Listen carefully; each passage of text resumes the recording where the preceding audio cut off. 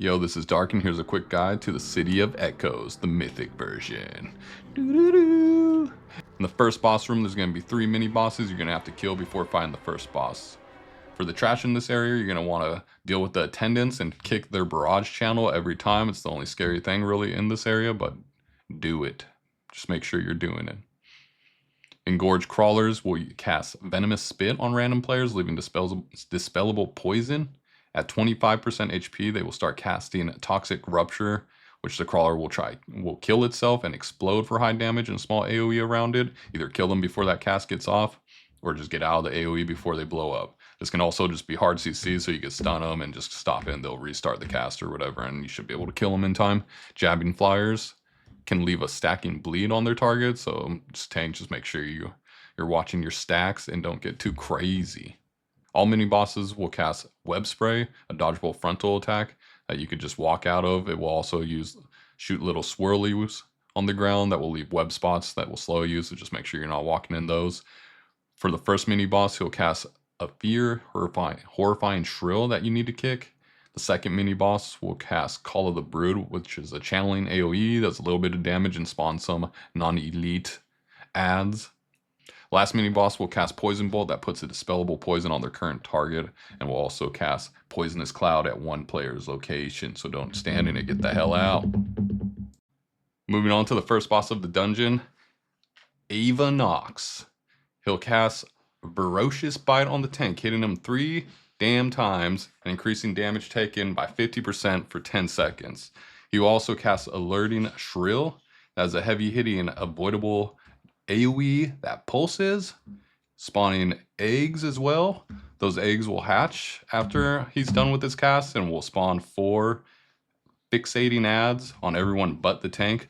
DPS and healers just need to swap to those, kill them as fast as you can, and CC them. Tanks, you never want to put the boss close to those ads, because if you do, he'll eat them, gaining 50% more damage per ad eaten for 1 minute. So unless you're at Blood DK, you're probably going to die. Lastly, his channel, Grossamer Onslaught, is an AoE channel that deals damage every 1 second for 5 seconds, shooting web swirlies at each player. You need to dodge those, because if you're not a tank, you will probably get one-shot, or if you don't have a heavy cooldown up, defensive cooldown. Those webs that he leaves on the ground will also apply Vile Webbing if you're standing in them, and that is a stacking debuff. Once it hits 5 stacks, the player will be encased in cap for 10 seconds. And I believe the healers, you can also dispel that.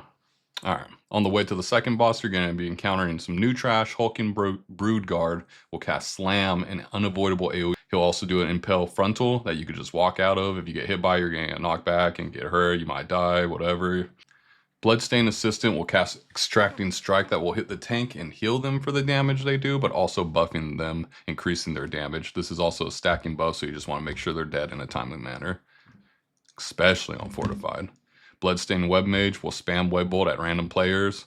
You can kick that if you're able to, but most importantly, Revolting Volley is what you need to be kicking. It's the priority. Sentry Stag Shells will spam cast Alarm Shrill. That will call reinforcements, and it's annoying if you just let them do it. So just make sure you guys are CCing them. You can stun them and pull them with grips or anything, move them, knockbacks, all that good stuff. And you just want to kill them before they get the cast off. Pretty simple. Alright, second boss, Anubisiki, will cast a huge frontal impel. Don't stand in it, just make sure you're dodging that. It's like 3 lines of swirlies. For healers, he'll put Infestation on a random player, doing some damage once removed. A blue circle of flies will spawn on that person, and then slowly seeking a new player to slow in damage. Just make sure you're kiting those as best you can. Burrow Charge will target the furthest away player, so just move out of his pathway and don't be at the end point, otherwise you'll be taking quite a bit of damage and also gain knockback. During this fight, he'll also be summoning Bloodstain Web Mages that will spawn and cast Silken Restraints, stunning and increasing nature damage.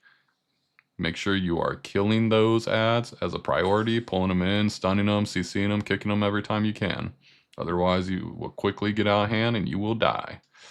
Lastly, at 100 energy, the boss is going to start casting Eye of the Swarm, which is going to create a huge swarm around the whole arena. There'll be one safe zone in the middle, and it's going to slowly rotate around, so just make sure You're rotating with that safe zone, and from then on out, you're just basically doing all those mechanics before inside the limited space. And that's it on his fight.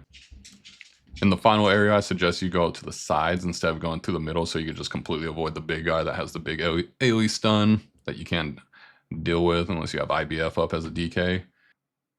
The Blood Overseer will cast a Venom Volley. Just make sure you're always kicking that crap. And then they will also cast Erupting Webs, which will leave out swirlies on the ground, and you will get stunned for 3 seconds if it hits you and take damage. The Reinforced Drones will be casting Grasping Slash on the tanks, and that just reduces movement. It stacks, so just make sure, I don't know what to make sure of. It's a goddamn slow. Who cares? Just death advance it, you know what I'm saying? They also carry blood vials and drop black blood puddles on the floor once you attack them. Stepping on those puddles will root you, and it will spawn an ad. Just make sure you kill the ad after you get rooted. The flying ads in the area do the same thing. They carry black vials as well, so if you're attacking them, just be wary of the puddles they'll drop. The final boss, Ki Katal, the Harvester, will cast Erupting Webs just like the Overseers.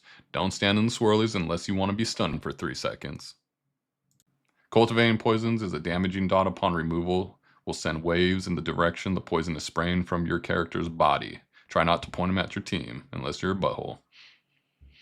This can also be dispelled earlier to stagger some of the waves so you don't have to deal with all of them at once. During this fight, drone ads will appear with vials on their backs, and doing any damage to them will make them drop those vials and put black puddles in the arena. You're going to want to use those black puddles for when the boss casts Cosmic Singularity. You can use them to root yourself so she doesn't pull you in and do massive deadly damage. Unless you're a Death Knight, then you could just Death Advance and none of this stuff matters to you because you're cool. But if you're not rooted, you're going to get pulled in and most likely die like a fool. And remember, on Mythic, you can only use one puddle per person, so you can't have multiple people in the same puddle. And then if you actually get hit by the Cosmic Singularity and you survive it, you're going to get a debuff called Faded that will reduce the damage you do and increase the damage you take by 75% for 12 seconds. So don't be that guy, and let's get rooted. All right, cool. That's it. If you enjoyed it, piss off, Wanka.